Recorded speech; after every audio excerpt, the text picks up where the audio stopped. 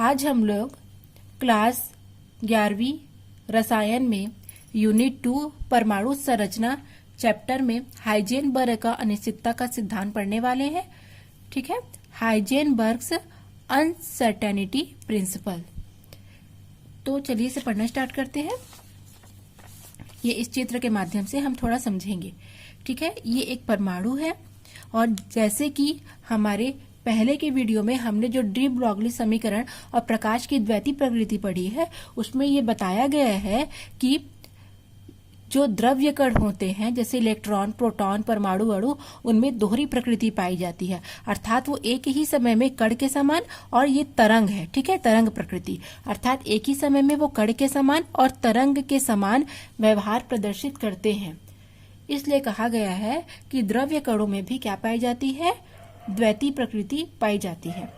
तो इलेक्ट्रॉन में कण और तरंग की प्रकृति पाई जाती है तथा किसी तरंग की वास्तविक स्थिति का लोकेशन या उसकी स्थिति बताना बहुत ही कठिन है। ठीक है, एक परमाणु जो तरंग के समान लगातार गति कर रहा है ना, उस तरंग की वास्तविक स्थिति का या उसके लोकेशन के बारे में सही जानकारी देना अत्यंत कठिन है, क्योंकि तरंग किसी बिंदु पर स्थिर नहीं रहता है। जैसे ये इस बिंदु से इस बिंदु, इस बिंदु से इस बिंदु आ रहा है, तो किसी बिंदु पर स्थिर नहीं रहता है, बल्कि वह अंतरिक्ष में क्या करते रहता है, वो मूवमेंट करते रहता है, घूमते रहता है।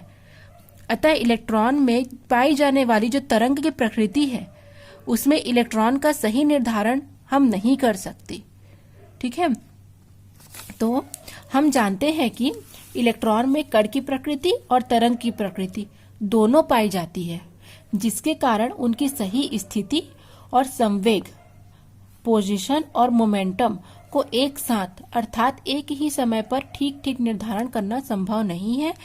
तो वैज्ञानिक हाइजेनबर्ग ने सन 1927 में एक थ्योरी का प्रतिपादन किया, जिसे अनिश्चितता का सिद्धांत कहते हैं। तो यह सिद्धांत क्या है? इलेक्ट्रॉन जैसे गतिमान सूक्ष्म कण की स्थिति और संवेग का साथ सही निर्धारण संभव नहीं है, अर्थात डेल एक्स जो कि उसकी स्थिति में अनिश्चितता है इनटू डेल पी जो कि उसके संवेग में अनिश्चितता है, ये क्या है, बड़ा और बराबर है h/4 पाई के।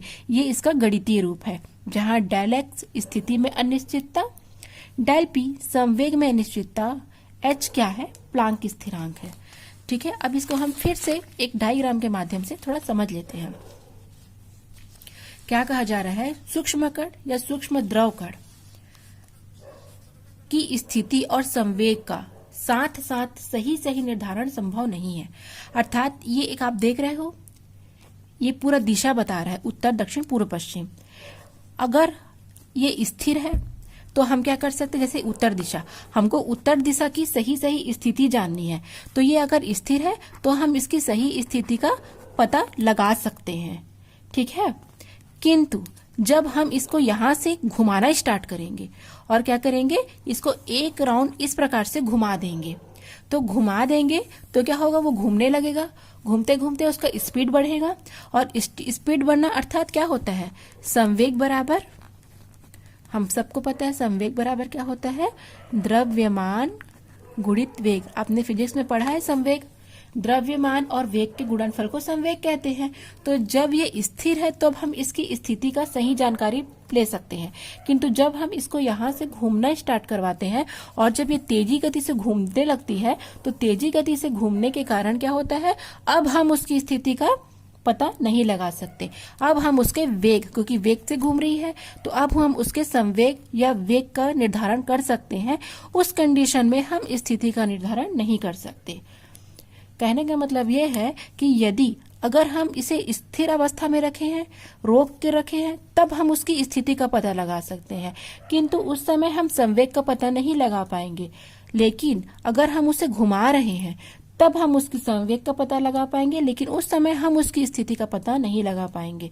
ठीक है, उसी प्रकार एक इलेक्ट्रॉन है। ठीक है, परमाणु में नाभिक के चारों ओर जो इलेक्ट्रॉन घूम रहा है, अगर हमको उसकी स्थिति जाननी है, उसकी पोजीशन जाननी है, तब हमको क्या करना पड़ेगा, हमको इसको स्थिर अवस्था में देखना पड़ेगा। और क्या हो रहा है, इलेक्ट्रॉन वृत्ताकार पथ में लगातार घूम रहा है, अर्थात हम उसके संवेग की गणना कर सकते हैं। उस कंडीशन में हम इसकी स्थिति का क्या करें, गणना नहीं कर सकते।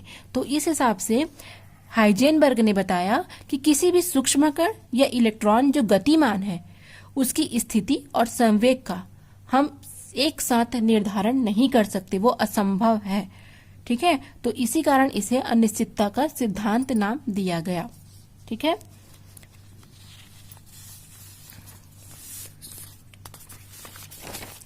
तो आप इसे देख सकते हैं कि इलेक्ट्रॉन जैसे गतिमान सूक्ष्म कण की स्थिति और संवेग का सही निर्धारण संभव नहीं है, अर्थात del x into del p या स्थिति में अनिश्चितता गुणित संवेग में अनिश्चितता बड़ा और बराबर है h/4 के। ठीक है, h/4 के बराबर है। अब यहाँ पर हम ये चिन्ह देखे हैं, ठीक है, बड़ा और बराबर का, तो ये चिन्ह का अर्थ क्या है कि डेल एक्स और डेल पी अर्थात स्थिति में अनिश्चितता और संवेग में अनिश्चितता का जो मान है, ठीक है, वो h/4 से अधिक है या बराबर हो सकता है, लेकिन कम नहीं हो सकता। या तो उससे अधिक होगा या तो उसके बराबर होगा, लेकिन कम नहीं हो सकता। उस हिसाब से क्या होगा, डेल एक्स व्युत्क्रमानुपाती 1/डेल पी, अर्थात जो स्थिति में अनिश्चितता है वो संवेग में अनिश्चितता के व्युत्क्रमानुपाती होता है। अब गणितीय रूप में अगर इसको हम संबंध से स्पष्ट करते हैं, पहला कंडीशन लेते हैं, यदि डेल एक्स का मान अत्यंत कम हो। अगर डेल एक्स का मान कम होगा तो चूंकि ये इसके व्युत्क्रमानुपाती है तो जाहिर सी बात है, अगर स्थिति में अनिश्चितता है, इसका मान अगर कम है तो इसका मान बढ़ेगा। इसका अर्थ यह हुआ कि यदि इलेक्ट्रॉन के समान सूक्ष्म कण की स्थिति ठीक ठीक पता कर ली जाती है तो संवेग में अनिश्चितता का मान बढ़ जाता है। क्यों? क्योंकि डेल एक्स और डेल पी दोनों का गुणनफल एक स्थिरांक होता है। क्योंकि ये जो स्थिति में अनिश्चितता है वो संवेग में अनिश्चितता की व्युत्क्रमानुपाती है, इसलिए जब स्थिति में अनिश्चितता का मान कम होगा तो संवेग में अनिश्चितता का मान बढ़ जाएगा, क्योंकि दोनों ही एक प्रकार का स्थिरांक है। कंडीशन 2 लेते हैं, यदि डेल पी का मान अत्यंत कम हो, अर्थात यहाँ पर अगर डेल पी या संवेग में अनिश्चितता का मान कम होगा, उस कंडीशन में स्थिति में अनिश्चितता का मान बढ़ जाएगा, क्योंकि ये दोनों एक दूसरे के विपरीत है। अगर कोई चीज रुकी हुई है तो हम उसकी स्थिति का सही पता लगा सकते हैं, किंतु यदि कोई चीज लगातार गतिमान है तो हम उसकी स्थिति का या उसकी पोजीशन का पता नहीं लगा सकते, हम उसके केवल संवेग या वेग का पता लगा सकते हैं। तो ये दोनों क्या है, एक दूसरे के अपोजिट है। तो अगर संवेग का मान कम हो जाएगा तो स्थिति में अनिश्चितता का मान बढ़ जाएगा। और तीसरा कंडीशन है, यदि डेल एक्स का मान 0 हो जाए, यदि स्थिति में अनिश्चितता का मान 0 हो जाएगा तो क्या होगा, यदि इन्हीं अवस्थाओं में डेल एक्स या स्थिति में अनिश्चितता का मान 0 हो जाए, अर्थात इसकी सही स्थिति निर्धारित कर ली जाए, तो उस अवस्था में संवेग में अनिश्चितता का मान अनंत हो जाएगा। अर्थात ये कहा जा रहा है, यदि डेल एक्स इक्वल टू 0 हो जाएगा तो डेल एक्स का मान 0 होने से, ठीक है, डेल पी का मान क्या हो जाएगा, इन्फिनिटी हो जाएगा, अनंत में चला जाएगा। इससे यह निष्कर्ष निकलता है कि इलेक्ट्रॉन जैसे सूक्ष्म कण की स्थिति और संवेग का एक साथ हम निर्धारण नहीं कर सकते। अगर वो इलेक्ट्रॉन स्थिर है तो हम उसकी केवल स्थिति देख सकते हैं, किंतु यदि वो गतिमान है तो हम उसकी स्थिति का पता नहीं लगा सकते। उस कंडीशन में हम उसके केवल संवेग का ही पता लगाएंगे। ठीक है, तो आज का ये टॉपिक यहीं पर खत्म होता है। ठीक है, तो थैंक्स फॉर वॉचिंग।